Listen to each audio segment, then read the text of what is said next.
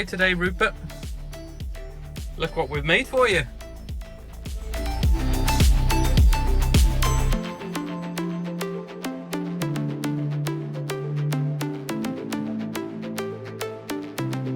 Okay, for this week's episode of cooking, we're going to do something a little bit different. We thought we'd go and have fondue with a view, but to get the view we need to do some walking. And well, we can't go down there to the picnic tables and everything because it's crammed full of people. So we're going to go on a walk and take the hill up a little bit and try and find somewhere a bit more private and on our own. Right, join you in a bit.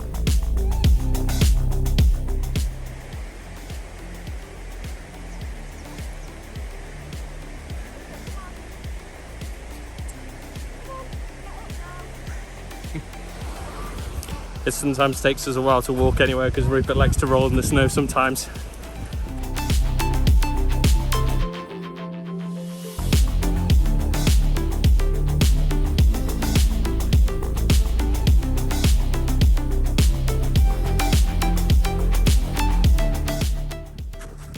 Oh, hi Rupert.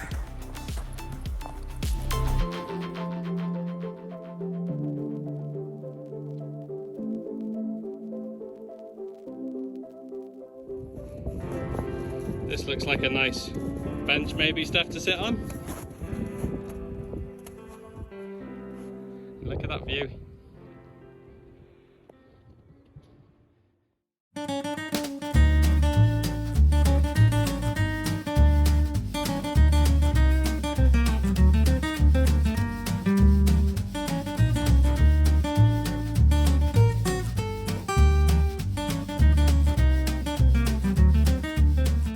I think we have found the view for our fondue. Now, those of you with a keen eye might recognise this landscape because last year when COVID-19 first hit, this is the place that me and Steph ran off to. And yeah, we spent, I don't know how many weeks it was, but it was a long time we spent living by the river and we didn't leave this place. We had the whole place to ourselves because no one was allowed to come here, no one was allowed to leave their homes, and nobody was allowed to go more than, I think it was like a kilometre away from the home. So we pretty much had the whole place to ourselves. But unfortunately, we weren't able to explore it because we weren't allowed to leave the van. And if we did leave the van, only one of us was allowed to leave the van and we had to have paperwork. So it was really difficult being stuck right by the river and not being able to just come up the hill like this and just explore the area. And the more we see it, the more we love it. So it seems absolutely fitting to me to end this Cooking in the Alps series with the place where, for me, it kind of started our journey and our adventure in the Alps, which is this place. This is why I fell in love with the area. So for a fondue, I know every episode has been really simple cookery, and and I've enjoyed watching people have a go at it, and I hope that you've enjoyed watching it as well. But for our last episode, this really is the easiest one you could ever imagine. So that's why I put in a bit of leg effort to get up the hill and give you guys a nicer view. We're going to be doing a few different things, and I'll talk it through each stage. It might be a different video this week because we've never filmed like this before, so we'll just wing it, eh? But yeah, this should be nice. I'm going to talk a bit about the etiquette of fondue as well because that's quite fun and interesting. And also, I think when times eventually get back to normality, if that ever happens, we hope it does, but when you're allowed to have friends and family over, I think this is the recipe that I'm going to cook for mine because, well, it won't matter how many glasses of wine I've had, it'll still taste the same. Right, let's get going.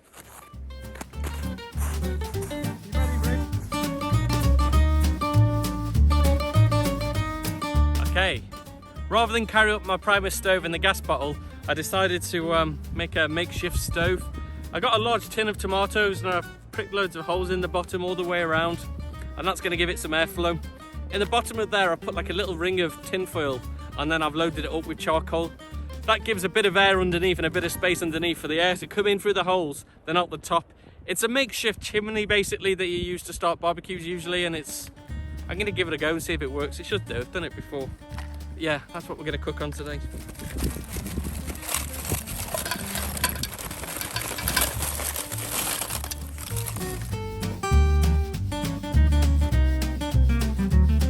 There are loads of different ways to do a fondue. So this way I'm showing you is just the way I'm going to do it on the hill. I might do it differently next week, but I'm not going to worry about it, and you shouldn't either.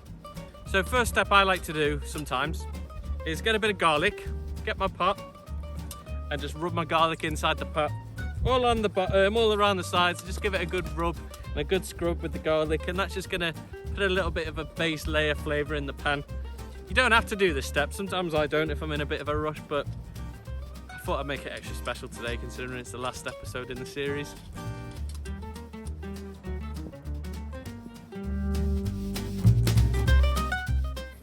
It smells of garlic.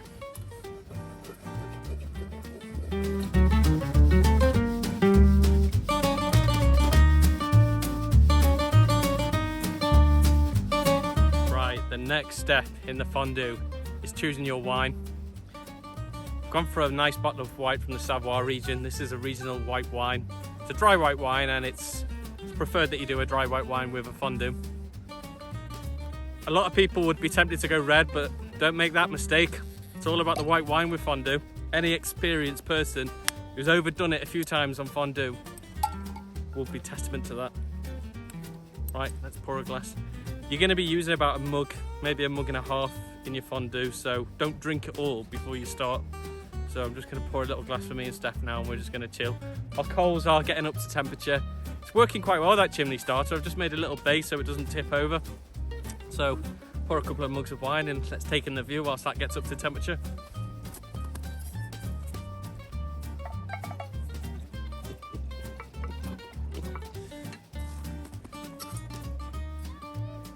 It's been hard work filming this series, I've got to be honest. I mean, it's been so draining, you know, it's just really took its toll on me.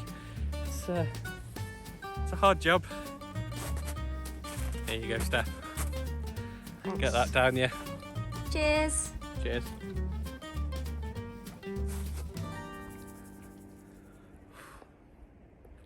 Lovely. Right. My coals are now ready to cook on. I've only got half a tin of coals because I don't want too much heat on this. It'll burn on the bottom. I just want a slow, steady heat. Now, to give the pan a little bit of air underneath to stop the fire from going out, I'm going to put a couple of sticks over the top. And what that will do is just raise the pot off the lip of the tin can to allow the oxygen to come in from the bottom and then come out the top like you would with a normal barbecue. I'm going to pop that on top, and as you can see, it's a little bit unstable. So now, I'm just going to push it down and try and make it as sturdy as possible. I think that should do it. I put a little bit of tin foil underneath the tin can as well, and some twigs so it won't melt the snow underneath and it'll just kind of find its natural place. But yeah, do be careful with this. It's got a potential to go very wrong if you're trying to do this in the snow.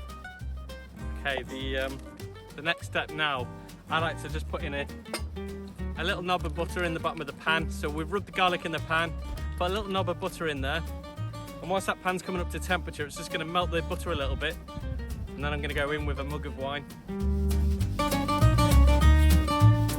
Right, the next step is to go in with a bit of wine. Now, go in as a little or as much as you like, but generally speaking, you kind of put in a large glass for about 3 people. If you don't want to use wine, you could use vegetable stock or grape juice maybe. I don't know. We're going to go in with the wine. And I'm just going to warm up that wine because it will just help break down the cheese a bit quicker. Right, next up is the cheese. This is the magic stuff. I recommend about 200 to 250 grams per person. If you're feeling really greedy like we did at the start of the season, then maybe 300 grams, but just be careful about what happens when you have that much cheese. For the cheese as well, we've got really local regional cheese because we picked this up at a local supermarket. You can get these from fromageries or the cheese shops in France or whatever, but they tend to put in the local cheeses just because that's what you do up here. We've got Abundance, which you would have seen at the start of the video. That's where we were camping out a couple of days. Great place to stay, nice air. So if you've got a camper van, go and check it out. We've got some Beaufort in here as well, and I think there's some Comté. So this is cheese that you could probably get hold of in the UK if you wanted to, but you can be quite flexible with it. Maybe a British fondue one time we'll do when we're back. So the wine's just up to temperature now. It's not boiling, it's probably about 70-80 degrees. Don't worry too much, just get it a little bit warm and then drop your grated cheese in. Like so.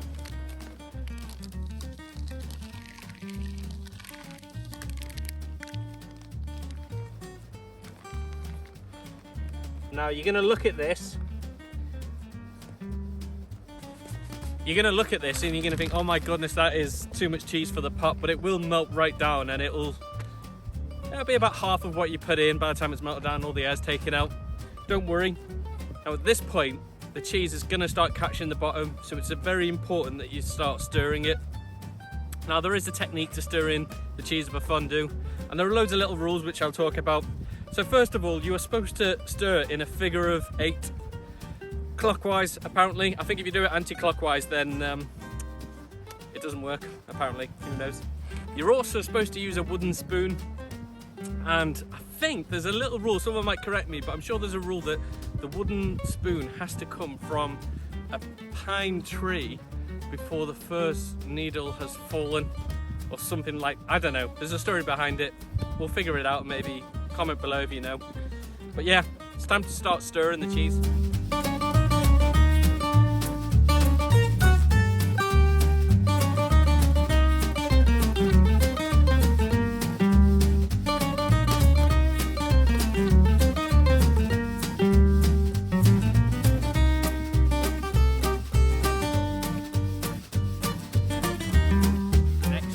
Is the bread. Now you want to get stale baguette, hard enough to put a nail into a chopping board maybe, and we're just going to dice this up into cubes.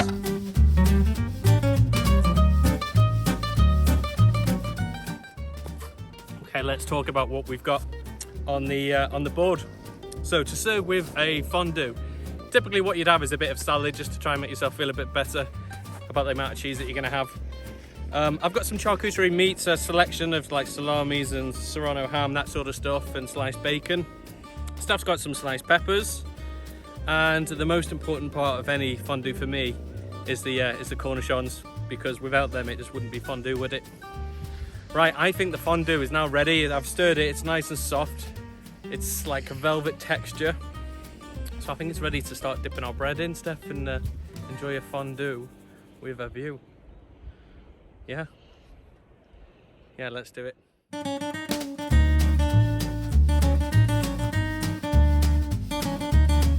So this is our cheese fondue with a view. Cheers. And look at this. Oh, I'll go over that way. But look at the views we've got.